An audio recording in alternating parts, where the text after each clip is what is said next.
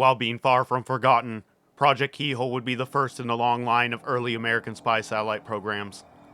With Russian interception capabilities growing year over year, Keyhole would be essential for long-duration, high-altitude surveillance over the Soviet Union and her allies.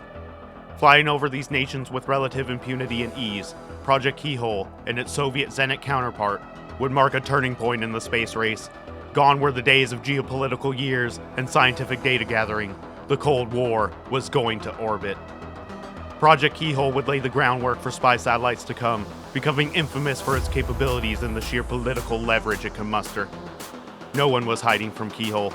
No one was hiding from Corona.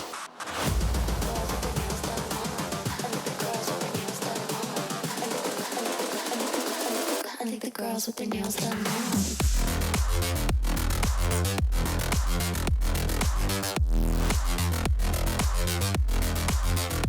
Girls with their nails done. I like the girls with their nails done.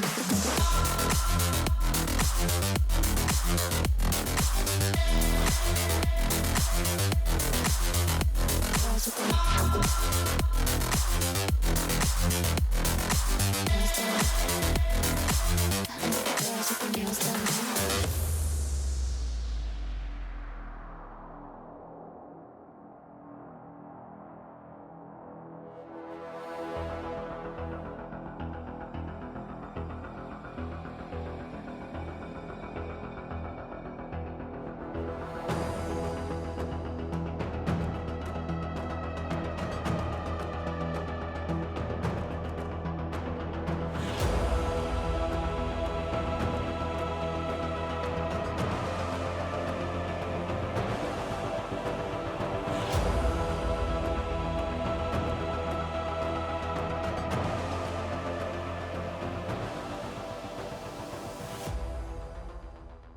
Just a quick word for those new to the channel.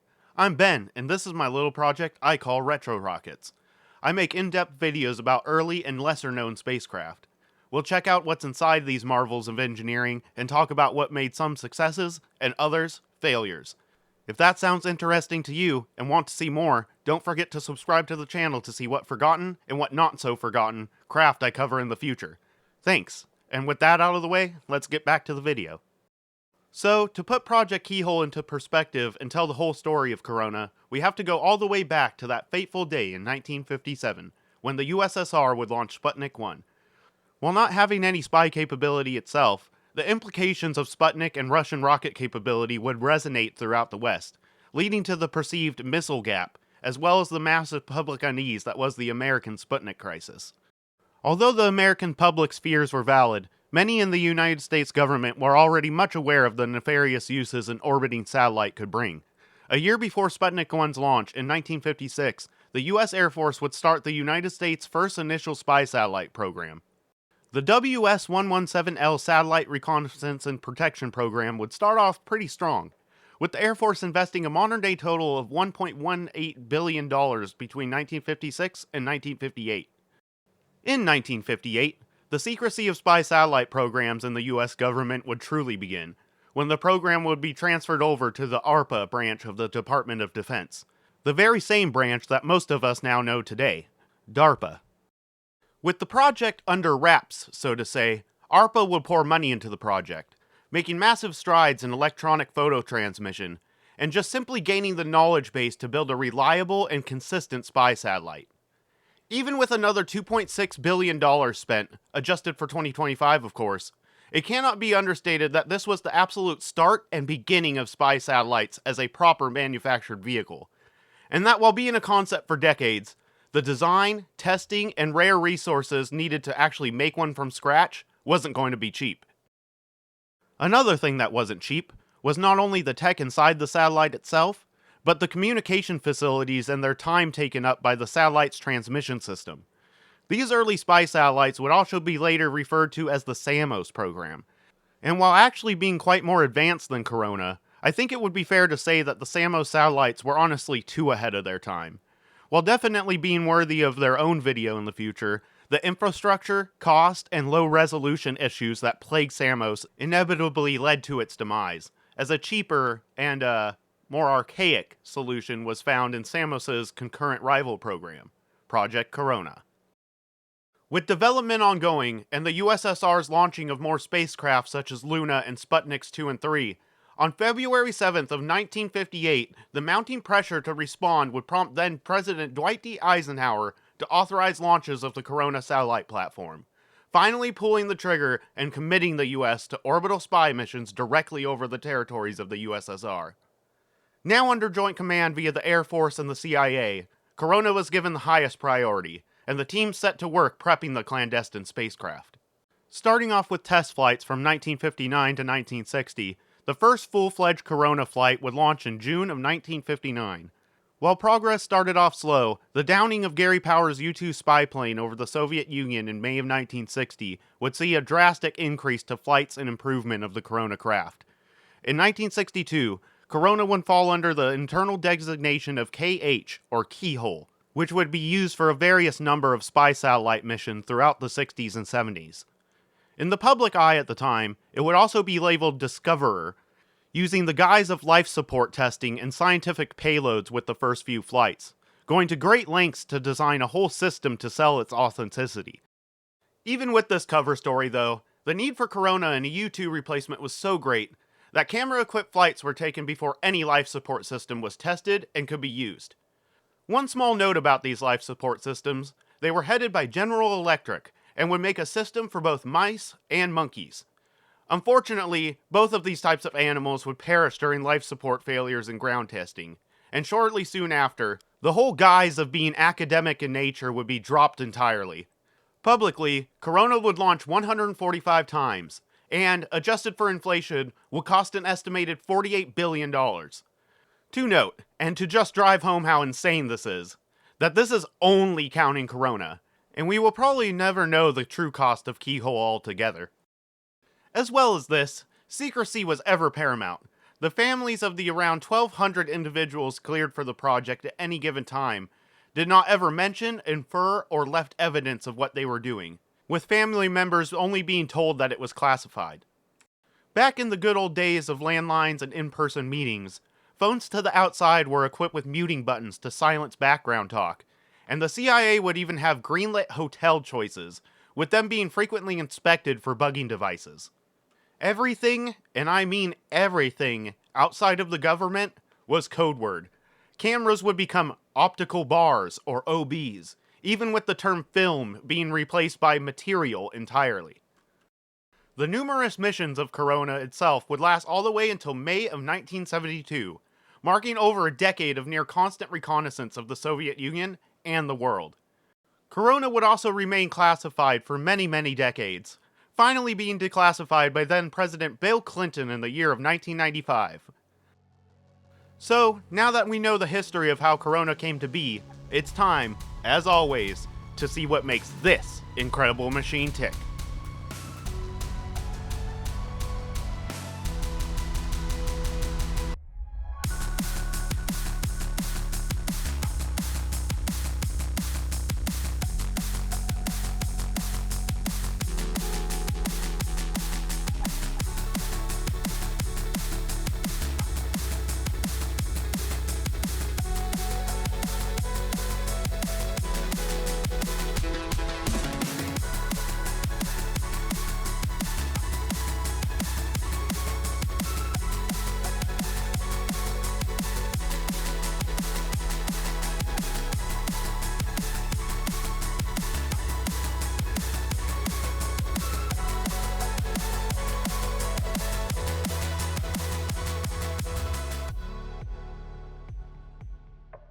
Before we start diving into Corona, I'd like to make a quick note that I will be covering crafts KH1 to KH4B in this video, as they are the only models properly labeled as Corona.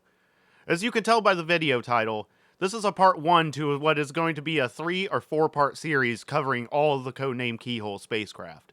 In addition to this, I just want to mention a little disclaimer here that these are spy satellites we're talking about here.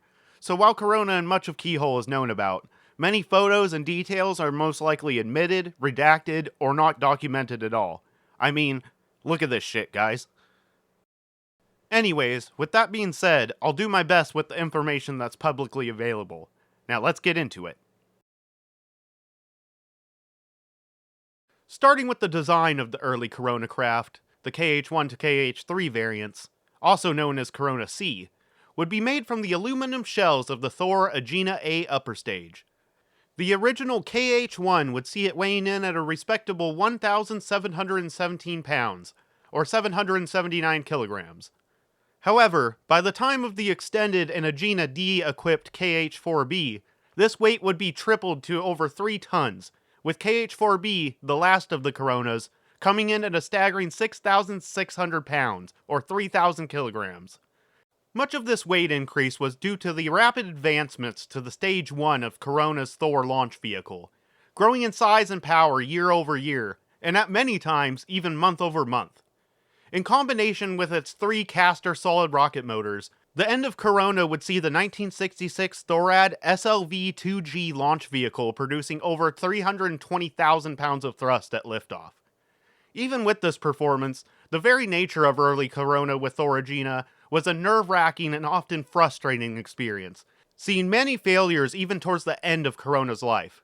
And while most failures were primarily attributed to Corona's own power systems, rather than Thor Agena itself, a slew of various failures too long to list would haunt Corona's development. But alas, such was the cost of developing the world's first proper spy satellite. The assembly of Corona would be done at the small, unassuming Hiller Aircraft Building in Menlo Park, California. The story goes that Lockheed rented out the facility from Hiller. In a meeting between the two, all was sunshine and rainbows. That was, until the end of it, when the last words to Hiller Aircraft were somewhat along the lines of, "From here on out, you cannot step foot inside this building." Okay, maybe I'm dramatizing a little bit, but it did happen, and I think you get the idea. All Corona variants, from KH-1 to the KH-4s, would be assembled by none other than the famous Lockheed, using parts from General Electric, Eastman Kodak, and the iTech Corporation. To get photos, quote-unquote, primarily, of the Soviet Union and Communist China, all Corona craft would be launched from Vandenberg Air Force Base out of California on a low Earth, near-polar orbit. It would circle the sky at over 100 miles above the Earth's surface, and would do so from 2 days to over 2 weeks.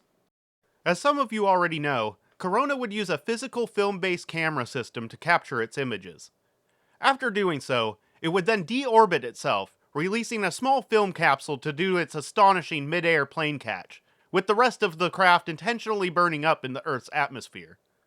The camera system is the crown jewel on Corona, and is in fact Corona itself. Officially, operational craft are actually labeled by their Keyhole or KH designation, with all of Corona using the same W-117L spacecraft bus as Samos, aka a custom internal frame of Agena.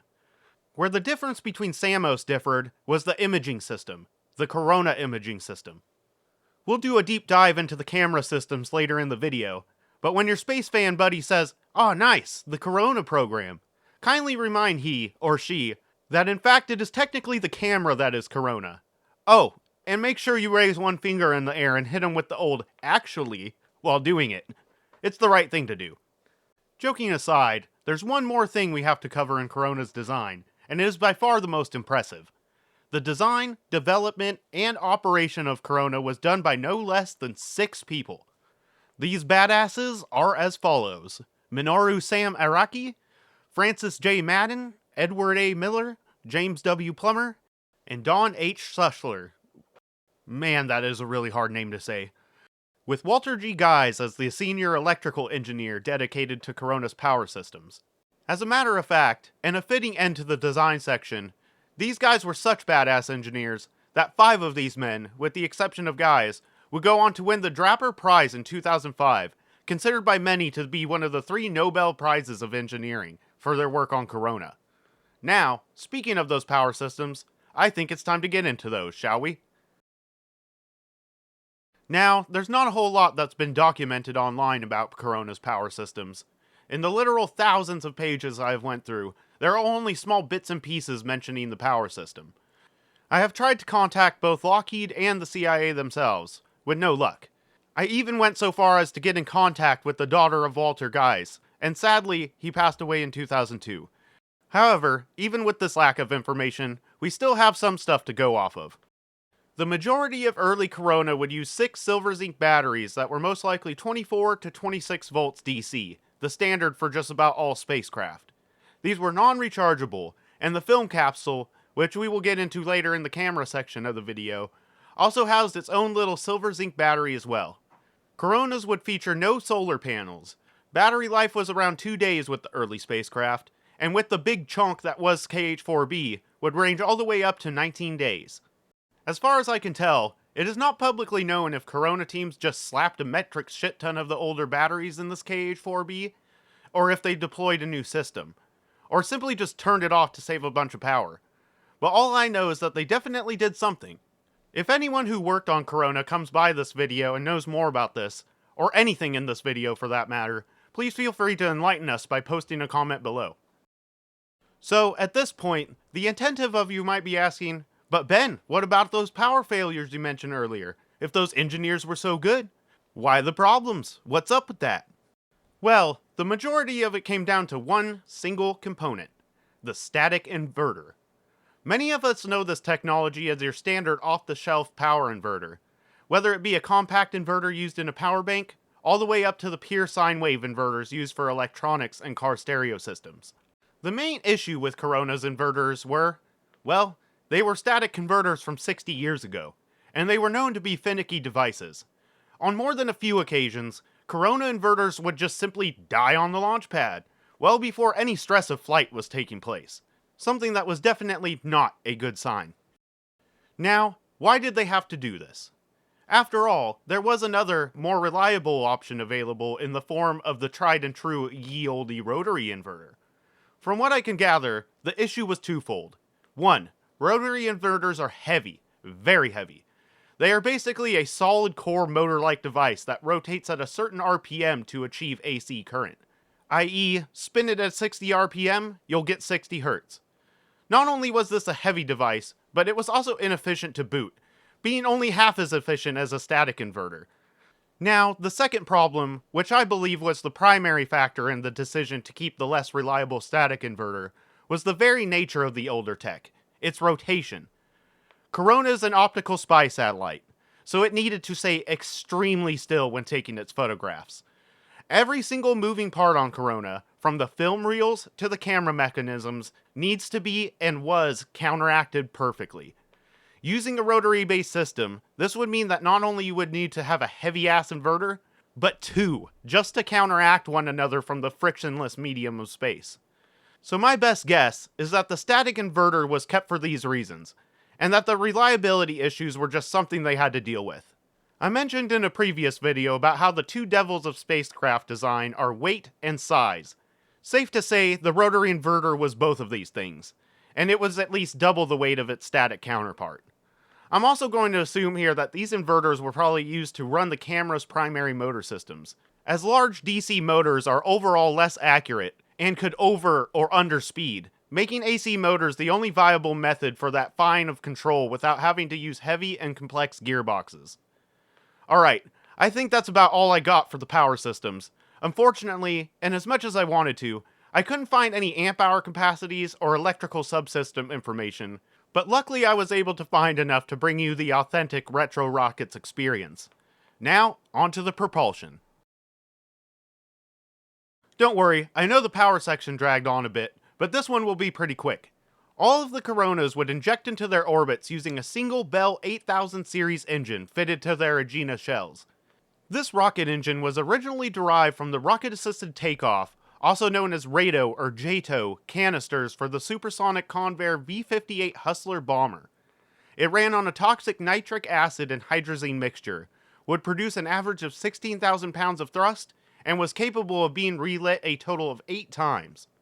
It is unknown if Corona used this relight feature, but with enough fuel the Agena D-equipped KH-4s were capable of doing so, and could theoretically be used to boost its orbit, or more clandestinely, switch its orbit entirely. It is documented that they did test this capability at least once, but my educated guess is that it was to boost orbit, and not to change orbits. But it is interesting to note nonetheless. Moving on, the rest of Corona's propulsion was pretty straightforward. With the early Coronas, specifically KH-1 and KH-2, other than Agena boosting them into orbit, they'd be spinning and spinning to stabilize themselves up until photos were taken. There's actually a bit of conflicting info about this, as some sources simply state that Corona was spin stabilized. It is my guess that they did indeed stabilize for photo capture, but due to its smaller size and limitations brought on by the early Thor's payload capability, that it didn't really have enough fuel or film to require 24-hour stabilization. However, with the coming of the KH-3's upgraded camera system, it and all of the Coronas thereafter would use a nitrogen-based cold gas thruster system to provide constant attitude control at all times.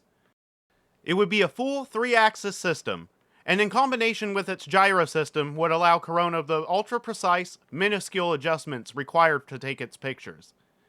As with many things about Corona, I wish I could find propellant load figures or thrust numbers for these little guys, but we'll have to just guess that it probably wasn't a lot considering how small its mission timelines usually are.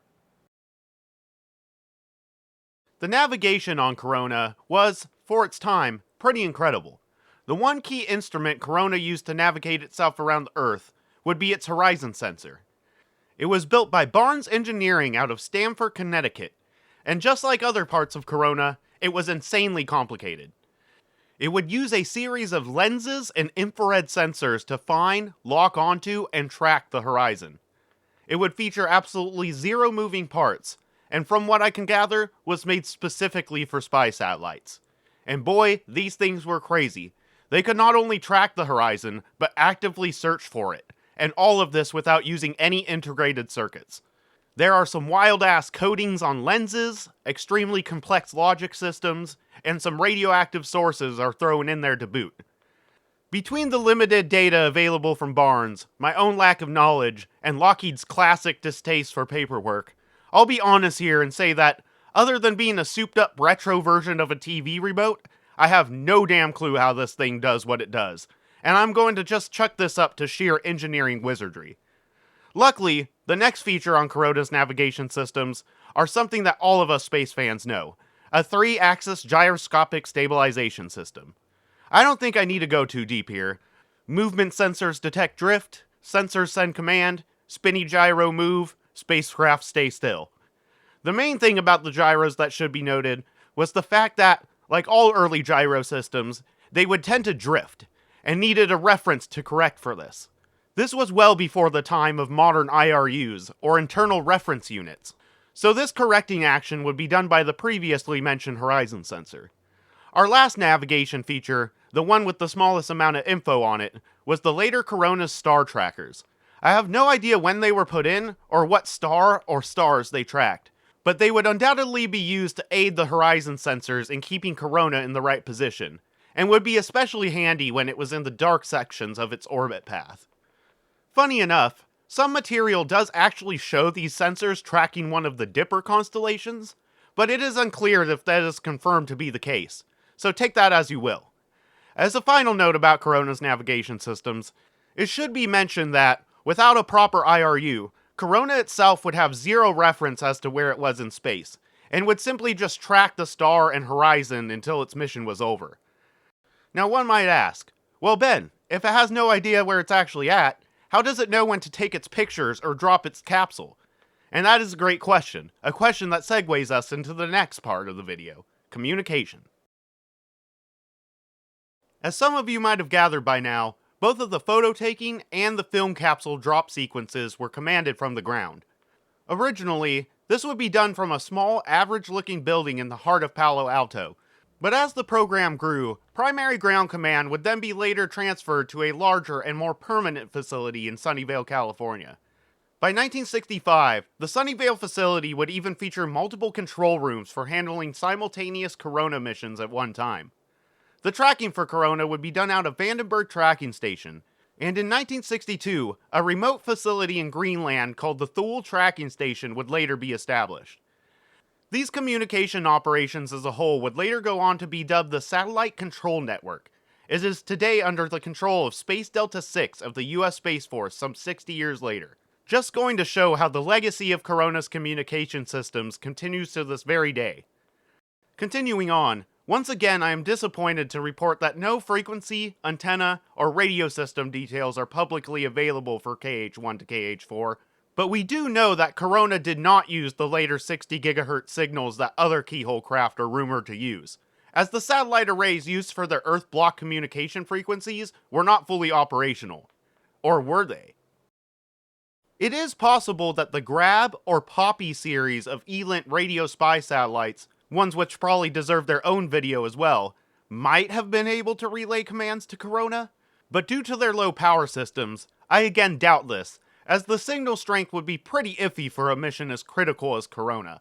Even if it was possible, the secrecy to hide Corona from the Soviets themselves was kind of a moot point, as their massive Nistir and Napier radars could easily track Corona as it flew overhead. This high-power Soviet radar tracking of Corona would later prove to be pretty significant, as it would be the dead giveaway the Soviets needed to begin work on the Zenit spy satellites. However, that is a story for another time. Alright, with that long-winded tangent aside, I dearly wish I could have found more about Corona's communication systems for you guys, but it is what it is, so hopefully I made it interesting with my ramblings at least. Now, I know y'all are probably chomping at the bit for me to get around to Corona's camera and capsule systems, and I'm happy to say that we have finally arrived. I give you the famous Eye in the Sky, the Corona Imaging System.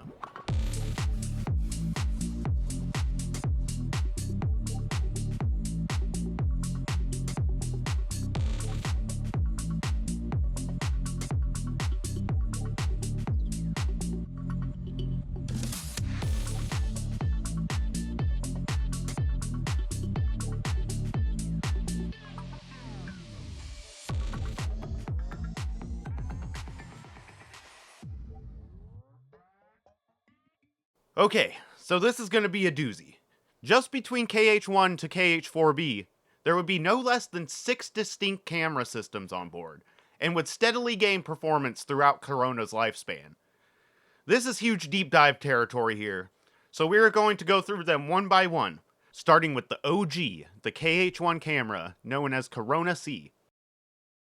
Being built by the Fairchild Camera and Instrument Corporation, the original Corona camera system places its origins all the way back to the Project Genetrix spy balloons. Some of my Luna viewers will be familiar with this project, as its film, recovered from a crash landing by the Soviets, would be cut down and placed inside Luna 3 to take photos of the dark side of the moon. Just as with the rest of the spacecraft, Corona C and all of the cameras in this video needed to be as still as possible.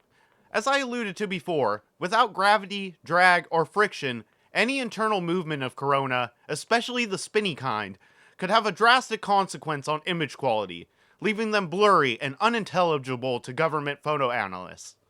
This is the reason why every moving component on Corona was designed to induce as little motion as possible, and the camera was no exception. Hell, even all of its film reels are counteracting, leading to this absolute web of film travel inside the vehicle. As you can see in this video, once the camera was done taking an image, instead of slamming all the way back to reset, it would do this weird little flippy thingy to come back around, counterbalancing itself in the process. As far as I can tell, this would be the mechanical basis for all Corona camera systems up until the last Corona, KH-4B. The original Corona C camera would be about 5 feet wide. It would feature an aperture of f5, and would use a 12-inch Tessar-type lens to sweep 70 degrees of photo capture area. It, and presumably all of the other Coronas as well, would use a 24-inch focal length as well. Before we move on to the next camera, there was one feature that was unique to KH-1 and Corona C, its film. While all Corona craft would use 70mm film that improved in image quality over time, the KH-1s would be different in that they used a common acetate-based film. This film was considered basically the go-to for any kind of professional photography, so it was a pretty solid and rational choice. However, once photos started coming back from the first successful flights, photo analysts were met with, instead of some okay-ish photos, this whole bunch of lovely bullshit. What had happened was, and I kid you not, was Coronas. Yes, you heard me right. The thing that completely fucked these pictures from one of the most clandestine spacecraft ever made was caused by the very same thing it was named after. You literally cannot make this stuff up, and it is one of the most ironic things I have ever heard in my life. It was caused by static generated from the sun, and to be honest, the physics of it are far above my pay grade. So anyways, after this whole clusterfuck happened, Kodak Eastman, in probably pure horror and running back with their tail between their legs, went back to the drawing board and developed a Corona-approved, polyester-based film, solving the somewhat embarrassing issue. Even with this, as can be seen in flight lists on Wikipedia and other sources, the Corona teams never really quite solved the Corona washout issues. One thing that was an embarrassment for Kodak, however, were the photos that weren't, Coronified. With the Corona C and Kodak's newer film, which has a resolution of 170 lines per millimeter, the original KH-1s could achieve an optimal ground resolution of around 35 feet, or 10.6 meters, a simply stunning accomplishment for the time. To note, ground resolution denotes the spacing between the center of each pixel, or grain in our case, of an image. Moving on to KH2, Corona C Prime, or just Corona Prime, we would see some more improvement changes compared to the original system. Now designed fully by iTech, its aperture would be changed to f3.5, and a new 12-inch Petzval-type lens installed, improving image quality. Next up for the KH3s, we evolve onto the Corona Triple Prime. Triple Prime wasn't too much different from the camera that came before it, but it would see more photo quality improvements, and was now capable of ground resolutions pushing 20 feet, or 6 meters. The next system that the early KH4s would use was named Corona Mural, or Corona M. Corona M was actually just the Corona Triple Prime, but, as Newt Gunray from the Phantom Menace would say, now there are two of them. Yep, two triple primes back to back, with the systems rotating opposite ways for counteracting, of course. With the coming of the KH4s and Mural, this would bring Corona, well before the days of Avatar and Spy Kids, into the realm of full stereoscopic 3D, allowing photo analysts accurate object height measuring. With the maturation and advancement of the Corona platform, the KH4A series would see the introduction of the J1 system. This would basically be a Corona M system, but now instead of a one capsule system, we again have two of them. Finally, with the KH4B, there was the J3 camera system. Not only did this incorporate the two capsule film system, but would also see both whole camera bodies rotating around the film using a highly balanced lens system. These would be aptly named rotator cameras, and these would become the basis for every and all film-based keyhole satellites going forward, all the way up to the absolute beast that was Hexagon. And trust me, we'll definitely be covering this big-ass thing in the future. This is a part 1 after all. Going back to Corona, it was safe to say that the rotator system worked pretty damn well, and would allow KH4B, all the way in the 60s, to achieve an absolute bonkers ground resolution of just 6 feet, or 1.8 meters. In all the public photos available, none of them, for obvious reasons, really show just how clear and detailed later Corona photos would become. Most, if not all of them, are from early Corona craft, or have been intentionally lowered in resolution. Maybe one day we'll see proper high-res imagery from Corona, but for now we'll just have to wait. It should also be of note that Corona's photo capture sequence could be turned on or off through the use of electrical punch card tape, or through ground command. While I don't know for sure, this electrical punch card tape could be used to allow for different photo sequences to be loaded for different missions. Now, before we get on to the film capsule, there's just one more batshit crazy engineering feature about Corona. You see where all this film's going every which way, all snaking around everywhere? Yeah, all of that is in its own sealed nitrogen-filled tunnels. Every single bend and every single place that the film goes. This was done to keep moisture in the film, as the vacuum of space and the heat from the sun would quickly dry it out. As well as this, the nitrogen gas channel system would also be used to create a tiny little thin layer of air for the film to ride on as it passes through the whole system. The last thing to note with the KH4B camera system was that it also had this improved horizon and star sensor called the DISIC, or the Dual Improved Stellar Index Camera. This would be primarily used to help mapping and create elevation models for the main stereo cameras. In addition to this, using DISIC star and dual horizon sensors, it would also, from what I can tell, replace the previous Corona's attitude control system. One little funny note on the DISIC cameras was that the manufacturer of its shutters, a company who was not cleared into the program, was suggested by iTech to use whale oil to lubricate these shutters. The company scoffed, as 1 single gallon of whale oil, even in the 1960s, was $11,000. This company would send them to iTech as is, using talcum powder for lubrication, a type not suitable for space-type environments. To not give away the space-based nature of the program, those at iTech bought a gallon of whale oil, disassembled the cameras, applied a small drop of whale oil, and then reassembled the components. They didn't need much at all, so left around, somewhere, was a mostly full gallon of whale oil used for a spy satellite. Okay, now that we got the cameras covered and out of the way, it's time to eject and catch us a film bucket. The General Electric Satellite Recovery Vehicle, or SRV, was quite complex for being just a bucket of film. It was around 2 feet tall, with a width and depth of around 2.5 feet. Each individual capsule could hold about 8,000 feet or 2,400 meters of film, making craft like the SR-4B capable of carrying a whopping 16,000 feet or 4,900 meters of the stuff.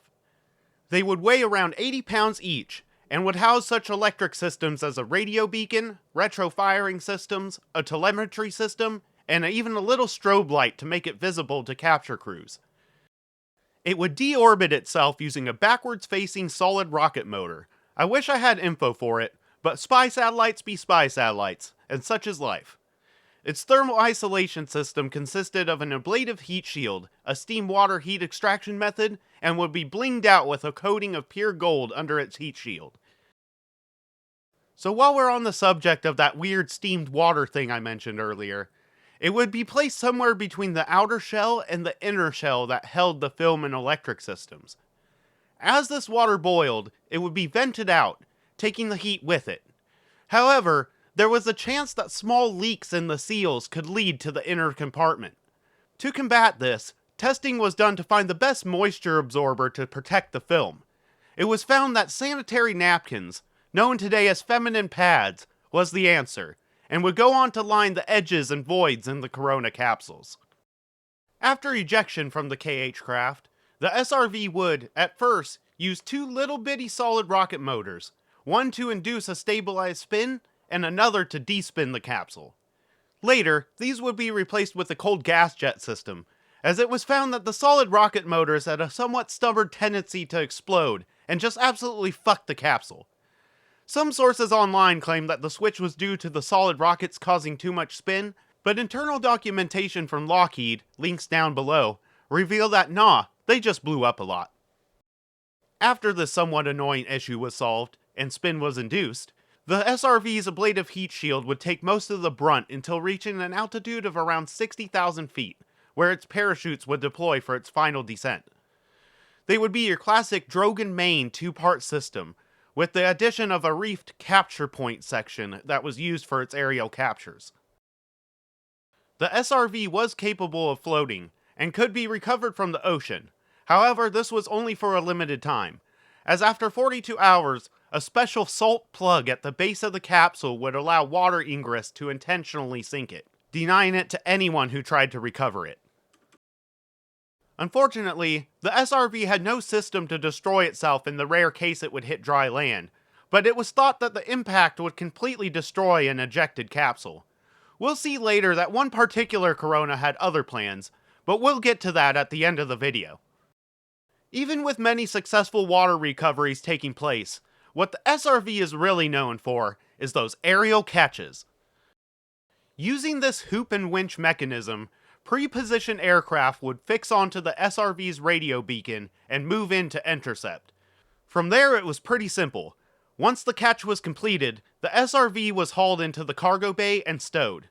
This would originally be done by a Fairchild C-119J flying boxcar, but later captures of Corona would be carried out by the classic aviation workhorse, the Lockheed JC-130 Hercules, a modified variant of the C-130. The SRV would, in 1964, also gain a separately powered emergency system, allowing it to eject on its own in case of a satellite failure, and its addition is something I have a theory for, but again, we'll get to that. Another feature to note about the SRV was this other film reel with those rollers, and it was for the DISIC index camera. The SRV would also eject behind Corona, as the satellite itself actually flew back end first around its orbit. So, there's one last thing that should be mentioned about the Corona SRV. I put it in last because it doesn't necessarily pertain to the SRV itself, but that was its ejection sequence. Way before Starship, all of Corona and Gina would do this whole OG flip maneuver and basically chuck the SRV away from itself. There isn't any cool tech or wild story with this one, but I had to add it as I think it's pretty fucking cool. So, this wouldn't be a true Retro Rockets video without talking about Corona's most famous, or some would say infamous, story, the Venezuelan Incident of Mission 1005.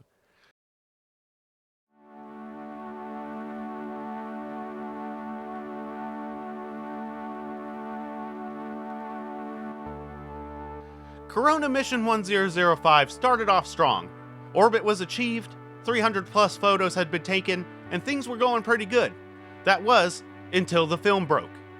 Now, this usually wouldn't be a problem, as they could just signal Corona to eject, using a little solenoid cutter to cut the already captured film, and initiate its deorbit sequence.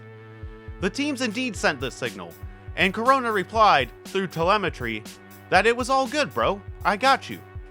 However, it was not all good, bro, as the tracking teams and observers did not detect the capsule coming down. The teams tried once more, and yet again Corona responded, yep, capsule on its way. Just like before, ground crews stared at the sweeps of their radar screens. Nothing. 1005 wasn't giving up that capsule. After a few more command attempts, Mission 1005's telemetry would indicate a major malfunction had occurred. Uh-oh. Shortly after this occurred, contact with Mission 005 was lost altogether. As you could probably guess, another little whoopsie in the power systems had got another one. Uncontrolled, and with its film capsule still on board, on May 26th of 1964, Mission 1005 would re-enter the atmosphere and would be presumed lost. Most likely, it was thought that it had either come down in the ocean or was completely destroyed altogether upon impact with the ground. However, Mission 1005 had one more fuck you up its metallic sleeve. On August 1st, over 2 months later, a US Army attaché in Caracas, the Venezuelan capital, got word that an object from space with US markings had been found by 2 workers on July 7th in the town of La Fria near the Venezuelan-Colombian border. How the US Army found out about this was because the story had made its way to the Venezuelan press, and photos showing the object were being printed out by the hundreds. Noting its origins, the Army group would forward this following to the Venezuelan US Embassy. This info would quickly go all the way to the top, and when it did, I'm sure there had to have been one of the biggest oh shit moments in all of US government history. It was properly identified as a Corona SRV, and the race to recover it was on. Speaking of that recovery, the employer of the workers who found it, seeing a chance to make a little dough, was already making offers to sell the capsule. When he found no such luck, the capsule would be partially dismantled with parts of it being distributed to God knows where, and some of it even being used to make children's toys. With the United States finding out, and probably after a few phone calls, it would be then taken into the custody of the Venezuelan government, and, on August 10th, finally be returned to the US government, shipping it back to Palo Alto to be inspected. Upon inspection, it was found that the radio systems were missing and were most likely still in the hands of the Venezuelan government. But as this wasn't critical to Corona's spying ability, the US would let this little detail slide. They had what they came for, and with the physical evidence of Corona being whisked away back to the United States, the only thing that alluded to its very existence went back with it. In response to this ridiculous event, every SRV thereafter would have any markings related to Corona erased, and to take its place would be a sign offering a reward in 8 different languages to anyone who returned the capsule with its film reel intact. This event would also go on to live on in parts of popular culture, as it was the event that would be the inspiration for one of the main plot points of a little-known 1968 film by the name of Ice Station Zebra. I won't bore you with the details, but it's actually a pretty good movie, and worth a watch if you're into that sort of thing. Before we wrap up the video, God knows it's getting long enough, there's one last thing we have to cover.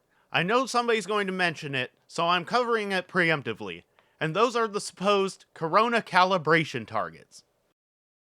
They are these large, odd concrete structures in the middle of the Arizona desert, and over the years they have perplexed many an average Joe who came across them. Due in large part to this strange and out-of-the-place nature, there are many of those who have believed these to be calibration targets for Corona. But once again, I doubt this. Officially, the area these targets are located in is what is called the Casa Grande Photogrammetric Test Range. It was established in the early 1960s and would indeed be used to calibrate many camera systems. And if we get out and look at the old proceedings of the American Society of Photogrammetry, October 1975, we'll find here that... Oh shit, it says something about satellites right there, doesn't it? Oh, and there's also this research specialist John guy mentioning it too? Okay, we have to know now, right? Let me get out and file through the redacted-ass declassified government files real quick. 1 second. Alright, through the miracle of being a video, and definitely not taking 3 hours of rabbit hole diving, I finally have our answer. The complex at Casa Grande was absolutely not used by Corona. You know how I know this? Because in the declassified data, there is a reference to not only the calibration of Corona's cameras, but one of the exact locations that was actually used. Other than using these mobile test platforms, the main and primary Corona calibration site is this one right here, located at Fort Huachuca in Arizona. So not only does it exist, but it is still sitting there, relatively intact, to this very day. Now, as a disclaimer, I have to stress, this location is on the fort, and is on land owned and operated by the Department of Defense. So please, as much as we want to see it, do not go here. You will be approached by yelling armed guards, and you will be escorted out, probably being arrested in the process. So for all of our sakes, just don't. We can admire it from a distance, and just be happy knowing that we know what it is. While being the more quote-unquote simple solution, the Corona spacecraft were, without a doubt, still an absolute marvel of engineering.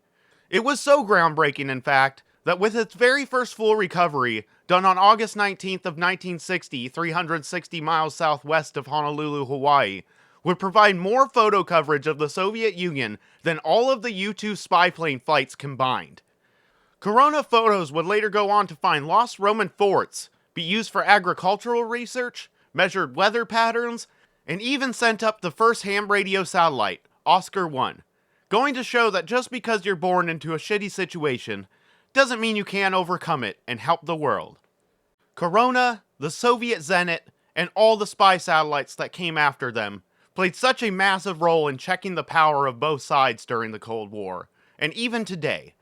In the course of making this video, I would tend to ask myself, what would history be like without Corona? Without spy satellites? And the outcomes never looked good. I'm under the impression that, even with its nefarious uses and invasion of privacy, that part of us owe not only our lives, but our peace to Corona.